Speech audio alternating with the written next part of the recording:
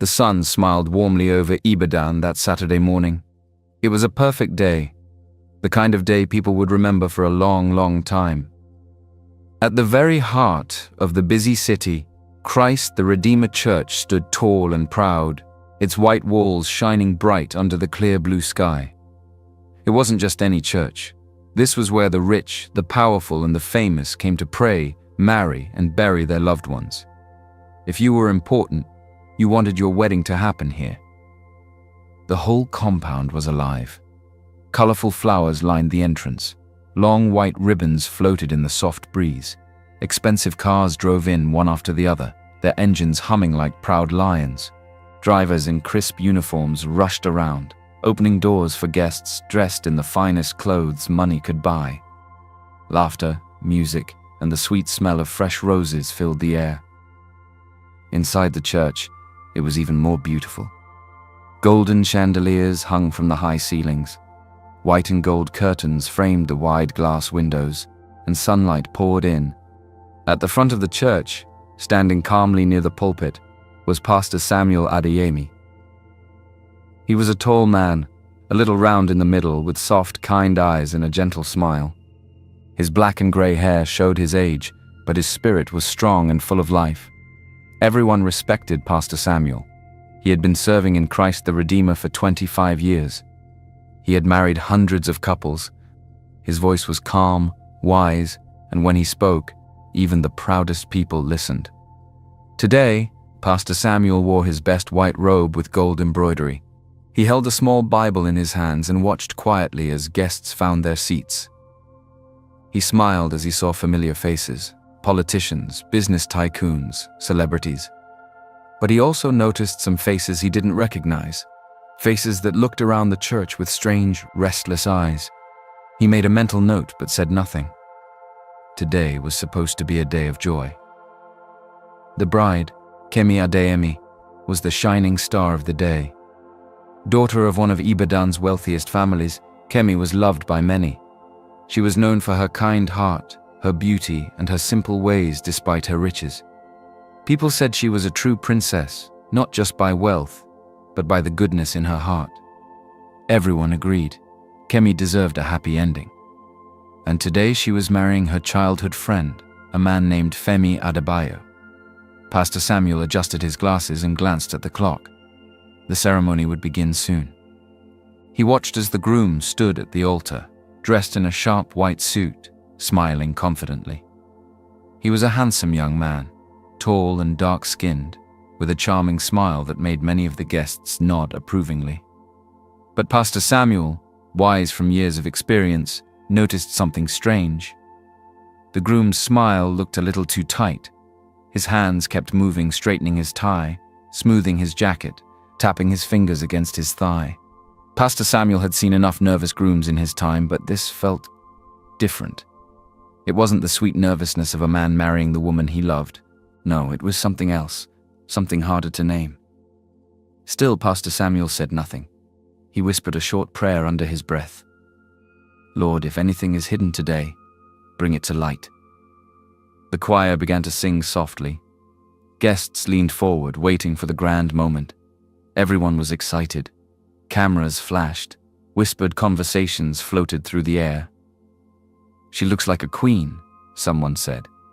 I heard they met again after many years abroad, another voice added. They're a perfect match, a third person said confidently. But Pastor Samuel's heart grew heavier. He watched as little flower girls in pink dresses scattered petals down the aisle.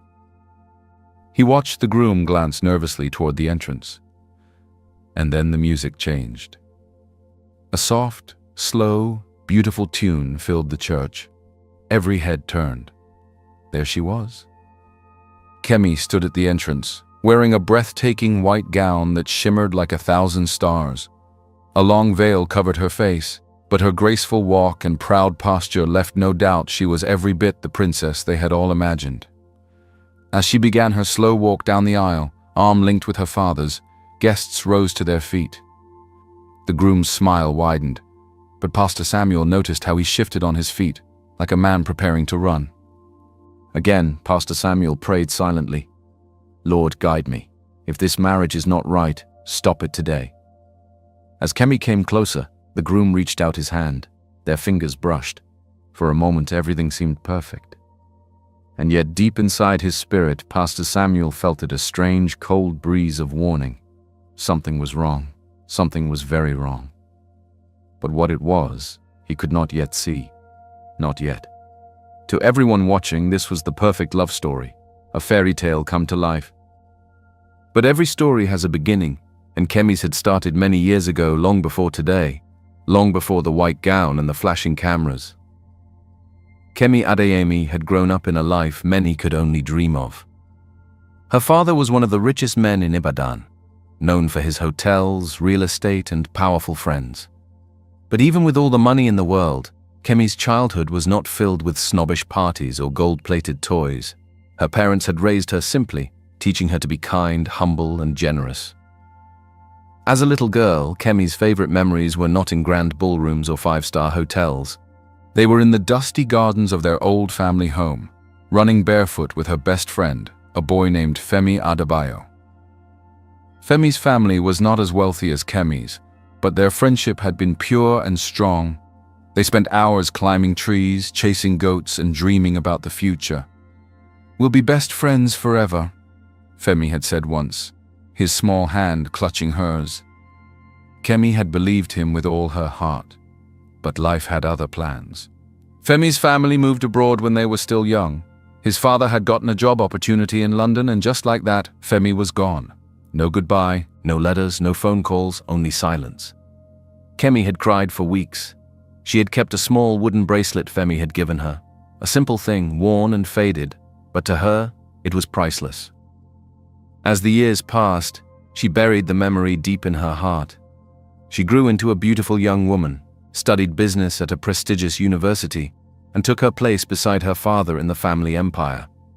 Suitors came and went, but none touched her heart. Then, one rainy evening, everything changed. Kemi had just returned from a long meeting when her phone buzzed. A message request on Instagram from a name she hadn't heard in years. Femi Adebayo. Her hands shook as she opened it. "Kemi, is it really you? After all these years, I can't believe it. Please say we can meet." At first, she thought it was a joke, maybe a scam. But when they began chatting, sharing old memories only the real Femi would know, her heart started to believe again. He told her how he had lost touch because of the strict life his parents forced on him abroad, how he had searched for her many times but never found her until a mutual friend posted an old picture. Femi apologized again and again for the years lost, and Kemi, with her soft heart, told him it was not his fault, saying she still has the bracelet he once gifted her, too easily. They agreed to meet. The day they saw each other again was like a scene from a movie. It was at a cozy coffee shop tucked away in Ikoyi. Kemi had worn a simple dress, too nervous to even put on makeup. But when Femi walked in tall, handsome, wearing a shy smile, her heart had leapt. He was no longer the skinny boy she remembered. He was a man now, confident, charming, full of sweet words that made her laugh and blush like a schoolgirl. They talked for hours, about childhood memories, about dreams, about how strange and beautiful life could be. It was like time had folded in on itself, bringing them back together exactly where they had left off. From that day, they were inseparable. Dinners turned into long night walks, phone calls turned into weekend trips, laughter turned into shy touches, soft kisses, and whispered promises. And before Kemi could even catch her breath, Femi was down on one knee, asking her to marry him. She said yes, with tears in her eyes, believing with her whole heart that destiny had brought her first love back. Her parents were cautious at first. They asked questions, raised eyebrows, but seeing how happy Kemi was, how full of life she had become again, they agreed. After all, who could stand in the way of true love? The wedding planning began almost immediately. Every detail had to be perfect, nothing but the best for their daughter. And now, here they were, the whole city buzzing with excitement. Christ the Redeemer Church filled with the cream of society, gathered to witness the magical reunion of two childhood sweethearts. Only Pastor Samuel, standing quietly by the altar, felt the faint whisper of unease. He watched the groom carefully. Femi Adebayo. Pastor Samuel's instincts, sharpened by years of guiding souls through love, loss, and lies, told him something was off. The way Femi's eyes darted around, the nervous laugh that seemed too practiced, the way he avoided old unplanned stories when guests tried to tease him about his childhood days with Kemi. Pastor Samuel kept his peace for now. It was not yet time to speak. The crowd sighed with happiness. The ceremony was about to begin. And deep in the quiet places of Pastor Samuel's heart, a storm was slowly beginning to gather. To everyone else in the church, the day was unfolding like a dream. But to Pastor Samuel, it was like watching a beautiful painting slowly cracking at the edges. It wasn't loud, it wasn't dramatic. It was quiet, small things. But sometimes the small things tell the biggest truths. It had started 2 weeks before the wedding, during the premarital counseling sessions.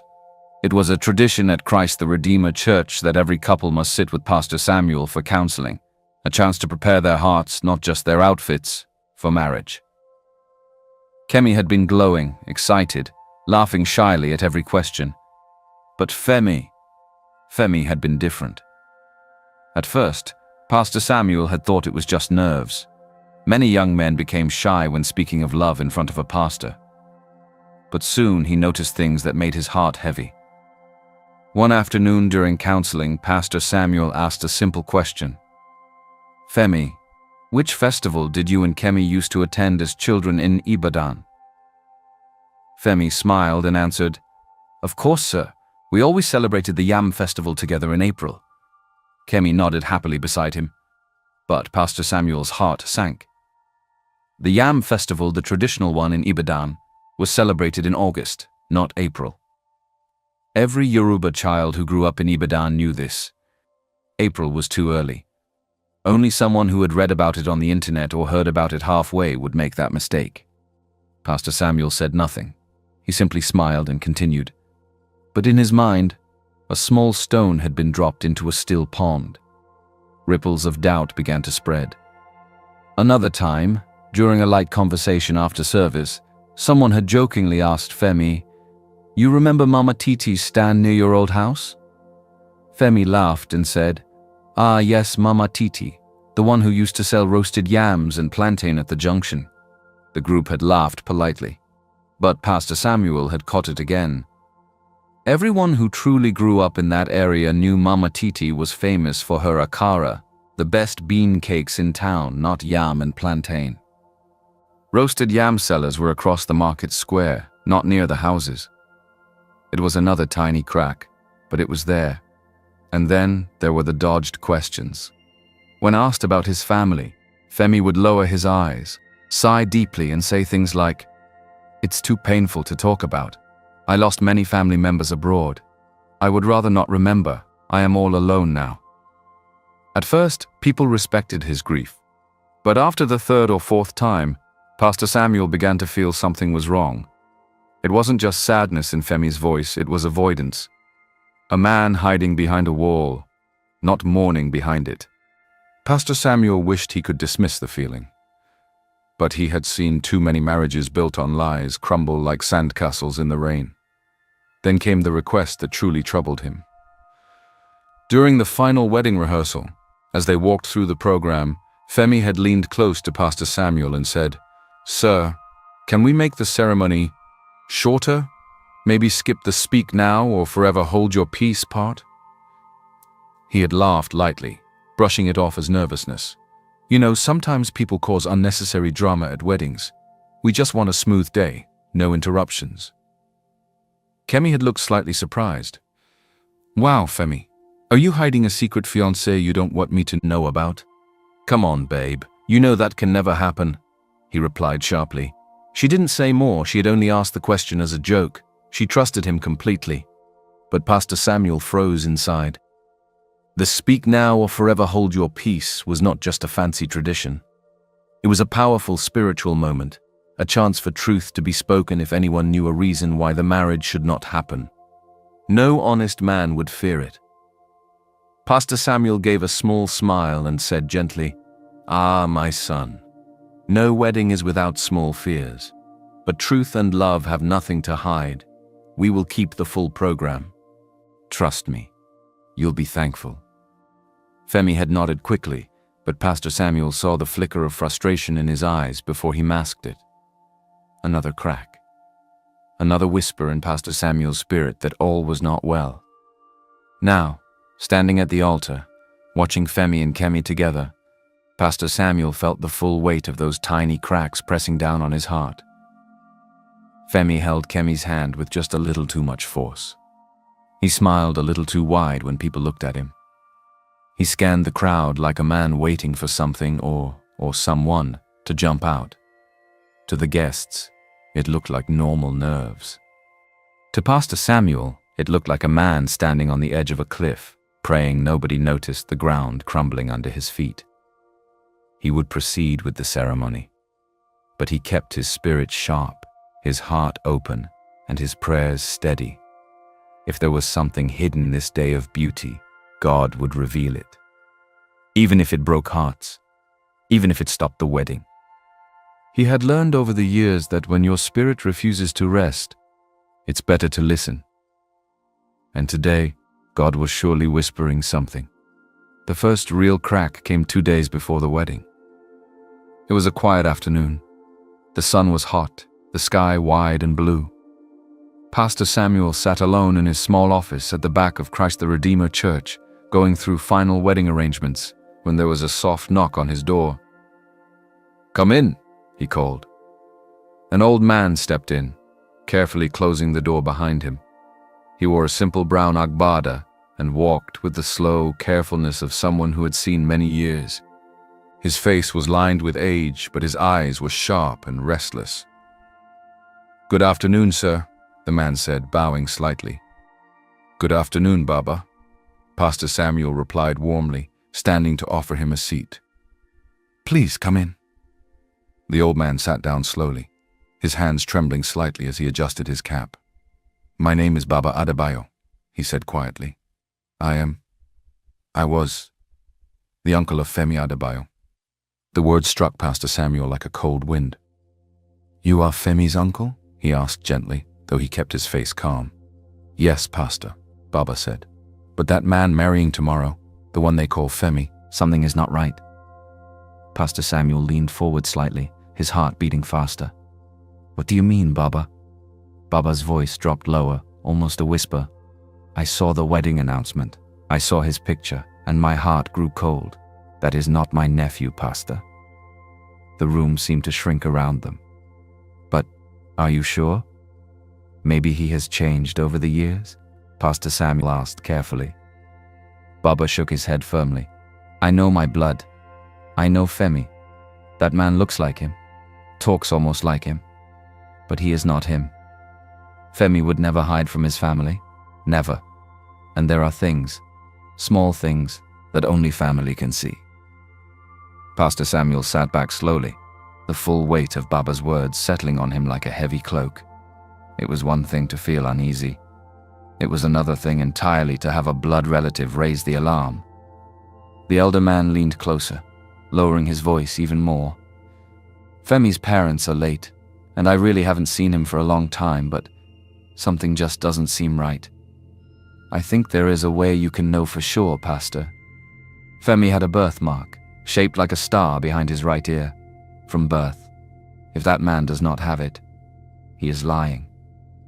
Silence filled the room. Pastor Samuel nodded slowly, a troubled look clouding his face. "Thank you, Baba," he said finally. "I will be watchful." Baba stood up, adjusting his cap. "I have said my piece. The rest is in your hands, Pastor." Without another word, the old man left, moving quietly like a shadow fading into the afternoon sun. Pastor Samuel sat still for a long time after the door closed. His hands rested on the Bible on his desk, but his mind was far away. He prayed silently, asking for wisdom. What was really happening here? Could it be true? That evening, Pastor Samuel decided to act carefully. During the final private meeting with the couple, before the church closed its doors for the night, he smiled warmly at them and said, "Tell me again how you both reconnected. It's such a beautiful story." Kemi beamed, her eyes sparkling with love. "Femi found me online, Pastor, through a friend who posted an old school picture. He said he recognized me immediately." Pastor Samuel nodded thoughtfully. "And your memories, Femi? Tell me, what was your favorite place to play when you were small here in Ibadan?" Femi chuckled nervously. "Ah, Pastor, it's been so long. You know how memory is. But I think, yes, we always played at the big fountain, in Bodija." Kemi laughed lightly beside him. "Yes, Pastor, the Bodija fountain." Pastor Samuel smiled gently, but inside he frowned. There was no famous fountain in Bodija during their childhood days. Bodija was known for its large market and quiet residential estates, not any public fountains. Again, a small mistake. But before he could press further, Kemi placed her hand protectively on Femi's arm and said, "Pastor, please, those childhood memories are so far away now. What matters is our future together." Her voice was soft, but firm. Pastor Samuel noticed the way Femi's shoulders relaxed immediately after she spoke, almost as if he had been holding his breath. The pastor nodded, still smiling warmly, but his heart ached. Kemi's love for Femi was deep and blind. She didn't see the small wrong turns. She didn't notice the moments of hesitation, the strange answers, the quiet panic in his eyes. She had already decided to believe. And now she was protecting him without even realizing it. That night, after locking the church doors and blessing the empty halls with prayer, Pastor Samuel stood alone under the cold stars. He looked up into the vast dark sky and whispered, "Father, you see what we cannot see. If this wedding is built on lies, tear down the mask.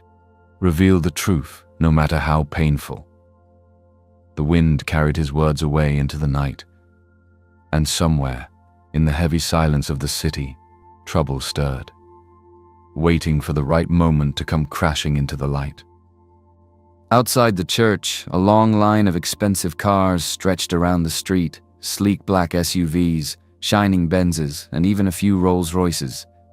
Men in smart suits and women in flowing aso-ebi fabrics of gold and teal streamed through the gates, their laughter filling the air. Inside the church, the pews were packed. Politicians sat side by side with celebrities. Top business owners, traditional rulers, and old family friends filled the front rows, fanning themselves gently and whispering excitedly about the couple. "This is the wedding of the year," someone said with a proud smile. "I heard even the governor is attending," another whispered. The atmosphere was electric. It buzzed with music, money, and the smell of expensive perfumes. At the center of it all, at the very end of the long aisle, stood Pastor Samuel Adeyemi. He held his Bible tightly, a calm figure in the middle of all the excitement. But inside, his spirit was far from calm. His eyes watched everything. His heart listened to the silent spaces between the laughter. And again, that quiet voice in his spirit warned him, "Be ready." Kemi was glowing. She was full of trust, full of hope, full of dreams. She had no idea about the storm quietly gathering above her head. She had no idea that the man waiting at the altar might not be who he claimed to be. Pastor Samuel prayed quietly before he opened his mouth. He prayed for strength, for clarity, for courage, because he knew that today was not just about vows and rings. Today was a battlefield between truth and deception. He led the couple through the prayers, the hymns, the blessings. The crowd watched with shining eyes. Many dabbed their faces with handkerchiefs. Some snapped pictures quietly with their phones. Everything seemed perfect. Finally, Pastor Samuel reached the part of the ceremony that Femi had once tried to remove. The part Femi had feared. Pastor Samuel's voice rang out, clear and strong. "If anyone here knows a reason why these two should not be joined in holy matrimony, let them speak now or forever hold their peace." Silence fell over the church like a heavy blanket. It lasted a second. 2 seconds. 3. People smiled. Some giggled softly, already preparing to celebrate. and then a chair scraped loudly against the tiled floor. Heads turned sharply. From the third row, a figure stood up. It was Baba Adebayo. Kemi's smile faltered. Femi's hands tightened around Kemi's fingers, not in love, but in fear. Baba, old but strong in spirit, pointed a trembling finger toward the groom and said loudly, his voice shaking with pain and anger, "That man is not my nephew." The church gasped. A low murmur spread through the crowd like wildfire. Kemi turned sharply to look at Femi, confusion and fear in her wide eyes. Femi's face turned pale, the color draining from his cheeks. He opened his mouth to speak, but no sound came out. Pastor Samuel took a deep, steady breath. The moment he had prayed for, the moment he had feared, had come. The mask was cracking, and the truth, whatever it was about to break free. The church was no longer quiet. After Baba's loud accusation, the atmosphere cracked open like a broken drum. Murmurs rose everywhere, sharp whispers, gasps, confused looks. Kemi stood frozen, staring at Femi. Her hand trembled in his. She tried to pull away gently, but he held on too tightly. Pastor Samuel stepped forward, his voice calm but firm. "Brother Femi," he said, looking straight into the young man's eyes, "you have heard the accusation. For the peace of all gathered here today, please speak." Femi swallowed hard. His jaw tightened. Then he shook his head quickly and forced a small, shaky laugh. "Pastor, please, I don't know what's happening. Maybe Baba is confused. It's been years since he saw me. People change." He turned to the guests, trying to smile. "I'm Femi Adebayo, Kemi's childhood friend. Please, let's not ruin this beautiful day with confusion." The murmurs grew louder. Some people nodded uncertainly. Others frowned, exchanging worried glances. Kemi looked at him, her lips parted as if she wanted to speak but didn't know what to say. Pastor Samuel raised his hand gently, and the crowd slowly quieted down.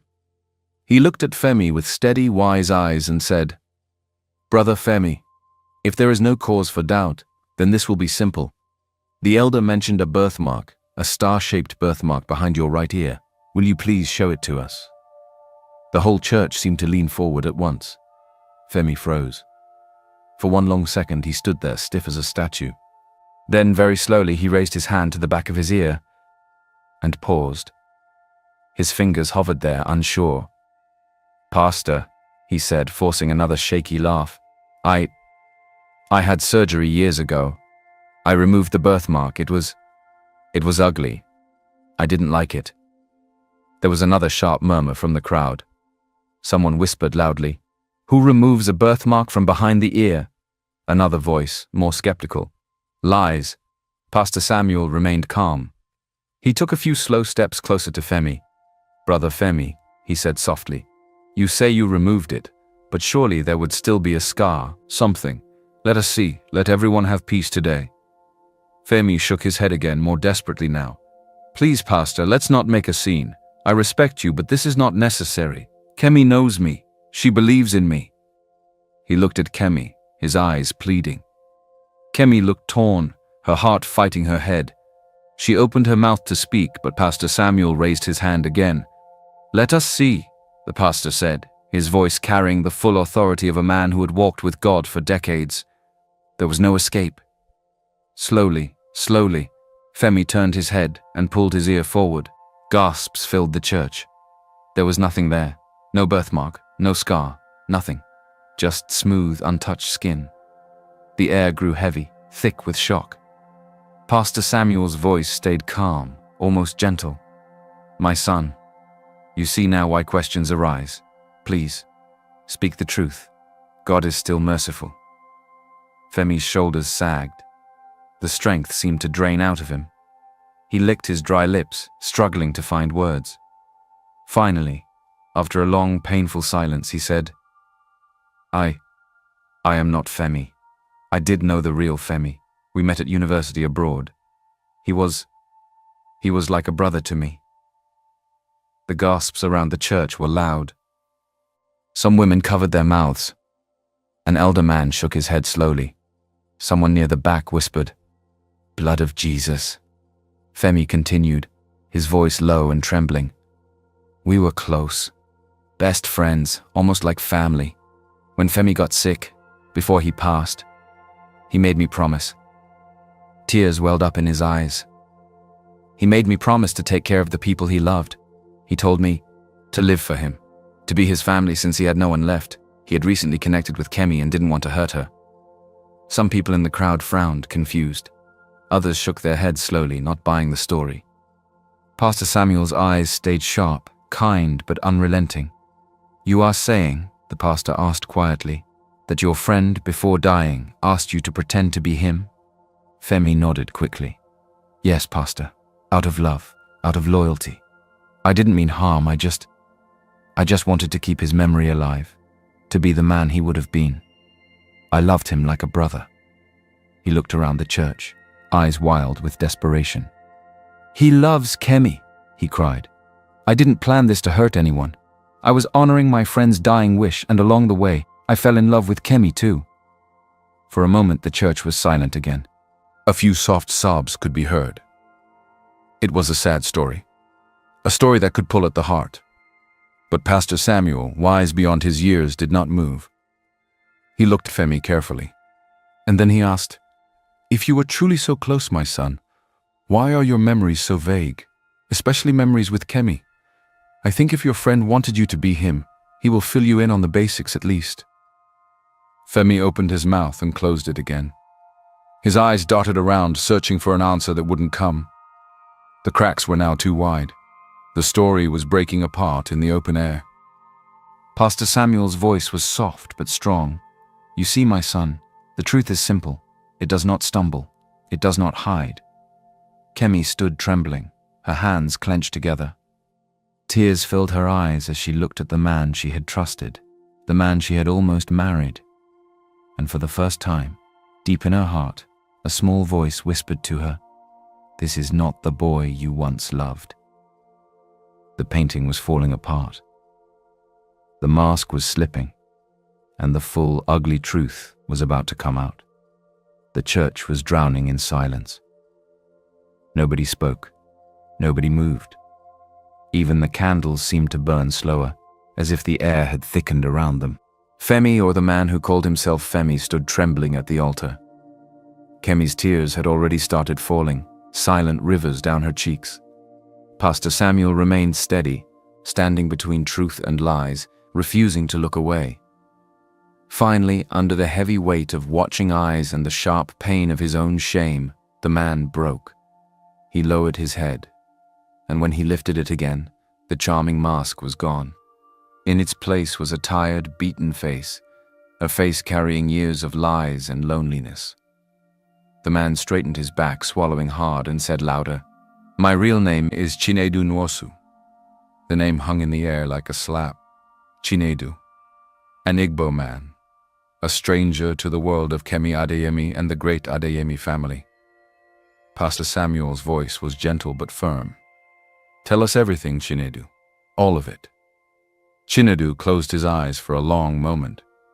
When he opened them, the words spilled out like a flood. I was Femi's roommate abroad, he began. We met at university. I was there on a scholarship, a poor boy from a broken village. I had nothing. No parents, no home, just a dream and hard work. The crowd listened, shocked. Femi was everything I wasn't, Chinedu continued bitterly. He had money, connections, a future already waiting for him. Chinedu's voice cracked with the weight of old memories. When Femi lost his parents in a car accident, he changed. He became lonely, broken. That's when he started talking about reconnecting with Kemi, the girl he had loved since childhood. Pastor Samuel nodded slowly, urging him to go on. He would show me her pictures, Chinedu said. He talked about her like she was light in a dark world. He planned to find her, to build a life with her. A few people wiped their eyes quietly at the story. And then, Chinedu's voice grew hoarse. Femi got into an accident. The church held its breath. Chinedu paused, fighting tears of his own. I held his hand when he died. It was a horrible car accident. The sadness in his voice was not real. And Pastor Samuel knew sadness does not wash away betrayal. And Chinedu's betrayal was still waiting to be confessed. Chinedu's hands shook slightly as he continued. After Femi's death, I was lost. I had no papers, no money, no home. I was drowning. He looked up, eyes full of desperate honesty. Then I remembered Kemi. I remembered the rich, beautiful girl he loved, the one he never got to meet again. Kemi flinched at his words, like he had slapped her. I found his old messages, his pictures, his memories of her, and I made a choice. The crowd leaned in, hearts pounding. I used social media. I used old contacts. I built myself into Femi Adebayo. Chinedu's voice hardened, the truth spilling out at last. I made myself into the man Kemi would love. I came back to Nigeria. I found her. I used everything I knew, everything I saw from their chats to win her heart. Kemi's knees buckled slightly. Her father rushed forward to steady her, but she shook her head stubbornly, standing tall in her pain. Pastor Samuel's voice was low but powerful. Why? Chinedu laughed bitterly, a hollow sound that bounced off the church walls. Money, power, freedom. He threw his hands out helplessly.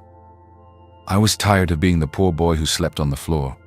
Tired of begging, struggling, living hand to mouth. This was my chance. He pointed towards Kemi's family seated in the front rows. Marry her, inherit the trust fund, step into a life of comfort and respect. No more debts, no more empty pockets, no more shame. His voice broke with anger and regret. I deserve, after all the suffering, after all the loneliness.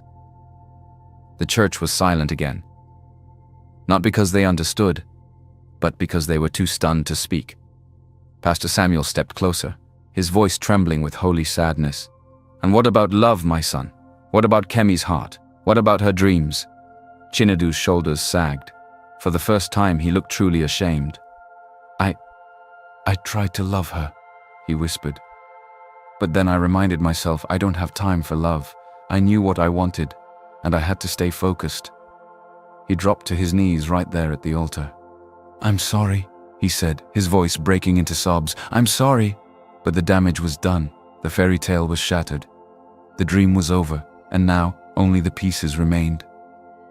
For a long moment after Chinedu's confession, no one in the church moved. It was like the whole world had frozen.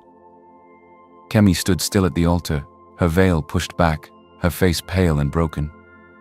The beautiful dreams she had held onto so tightly had fallen apart right before her eyes. Tears ran freely down her cheeks, but she didn't wipe them away. She stood strong, like a tree battered by the storm, refusing to fall. Chinedu remained kneeling, his sobs filling the church, but no one moved to comfort him. He had chosen this path, and now he would walk it alone. Suddenly, as if a switch flipped inside him, Chinedu rose to his feet and turned sharply toward the side door. He bolted. He ran down the aisle, past the shocked guests, knocking over a flower stand in his rush. Gasps and cries filled the church again. Stop him! Someone shouted.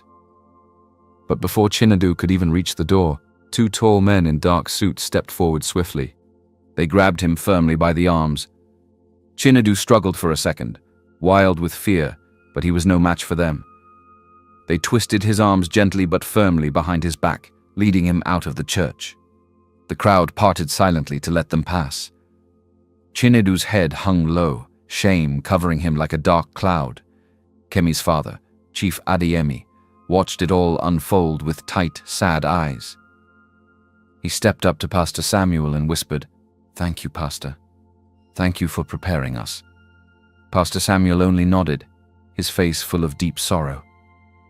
The night before the wedding, Pastor Samuel had quietly met with Chief Adeyemi.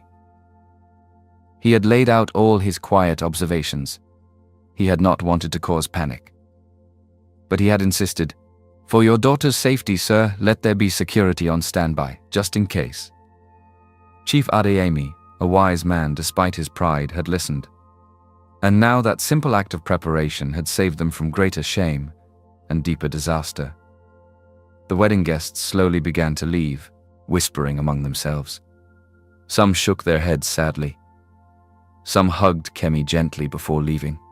Some wept openly. Nobody blamed her. They blamed the wickedness of deceit. the cruelty of a man who had twisted love into a weapon. In the days that followed, the news spread across Ibadan like wildfire. Heiress saved from fake groom at the altar. Pastor Samuel exposes impostor during grand wedding. Kemi Adeyemi's heartbreak sparks national conversation on trust and identity. Everyone had an opinion. Everyone had a theory. But behind the flashing headlines and noisy gossip, a young woman sat quietly in her family home trying to heal. Kemi did not hide. She did not run away to London or New York, though she could have. She stayed. She grieved openly. She allowed herself to cry, to break, to be angry. But she did not let bitterness destroy her. Slowly, day by day, she picked up the shattered pieces of her heart. With the support of her family, her true friends, and a community that loved her even more now for her strength, Kemi found a new purpose. 3 months after the wedding disaster, Kemi held her first public event, a seminar on women's rights and fraud awareness. She stood on the small stage, her voice steady and clear. "I trusted blindly," she said. "I ignored the small signs because I wanted to believe in love. Today I know better, and I will use my story to help others see, to help others fight for their dignity and protect their dreams."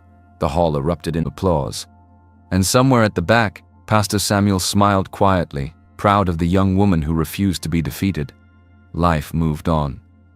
The seasons changed. Christ the Redeemer Church continued to stand tall, a little wiser, a little more watchful. Pastor Samuel's sermons carried a deeper fire now, a reminder that love must be built on truth, not fantasy. And Kemi? She shone brighter than ever, not because of money, not because of fame, but because she had walked through fire and come out gold. The heartbreak had not destroyed her. It had only refined her. And though her heart still carried scars, it also carried new strength, the kind of strength that can only be found on the other side of broken dreams. 6 months later, the city of Ibadan was back to its usual rhythm: busy streets, noisy markets, and warm, dusty sunsets. But for Christ the Redeemer Church, something had quietly changed. Since that unforgettable wedding day, Pastor Samuel Adeyemi had become more than just a pastor. He had become a symbol, a reminder that wisdom and courage could still stand against deceit. People came from far and near to hear him preach now. And every Sunday the church overflowed with new faces, all eager to hear the man who had dared to stop a wedding, who had dared to protect a daughter of the land. One particular Sunday, the church was packed. Pastor Samuel stood at the pulpit, his Bible open, his voice calm and strong. He spoke not with anger, but with deep kindness, the kind that touches hearts. "People of God," he began, his voice carrying through the hall, "discernment is a gift. Blind trust is a danger." He paused, looking into the sea of faces. "Love is beautiful, but love must not be blind. Hope is powerful, but hope must walk hand in hand with wisdom." The congregation nodded slowly, listening carefully. "If you feel uneasy," Pastor Samuel continued, "if something deep inside whispers that something is wrong, listen, pray, watch, wait." He closed his Bible gently. God does not rush. Divine timing is never hurried. He reveals what must be revealed when it must be revealed. A soft amen rolled through the crowd, and many, especially the young women, held his words close to their hearts. Pastor Samuel smiled warmly. He had no bitterness toward Chinedu, only sadness. But he was glad, deeply glad, that the truth had been revealed before it was too late. As for Kemi Adeyemi, life was slowly weaving itself into something new. The pain had not disappeared overnight, but healing had started, quiet, patient, steady. Kemi threw herself into her new foundation, the Light Foundation, an organization helping young women avoid fraud and fight for their rights. Her days were full now of workshops, seminars, visits to schools, and endless smiles of gratitude from the girls she inspired. She had turned her heartbreak into a lighthouse for others. But deep down, a small part of her still wondered, would I ever find real love? Not a love built on money, not a love built on lies, but a love built on truth and fate as it often does, answered when she least expected. It was a quiet afternoon. Kemi had gone to a local hospital to donate educational materials. She wasn't wearing designer clothes that day, just a simple white blouse, jeans, and sandals. No makeup, no jewelry, just herself. She was helping the hospital staff carry books when she stumbled slightly, dropping a heavy box. "Let me help you," a gentle voice said. She looked up. A young man in simple clothes, a hospital volunteer uniform, bent down to pick up the box. His hands were rough with work, but his smile was soft, genuine. "Thank you," Kemi said, a little breathless. The man smiled again, lifting the box easily. "I'm Daniel," he said simply. "I work here part-time. What's your name?" No mention of fame. No glance at her face in recognition. No awkward stares about her past. Just kindness. Just patience. For the first time in a long time, Kemi's heart skipped, not in fear, not in confusion, but in quiet hope. They talked for a few minutes about books, children, and dreams. It wasn't fireworks, it wasn't lightning. It was something better. It was peace. Pastor Samuel would later smile knowingly when Kemi told him about Daniel. "You see," he said, "real love does not shout, it does not pretend, it does not come wrapped in gold.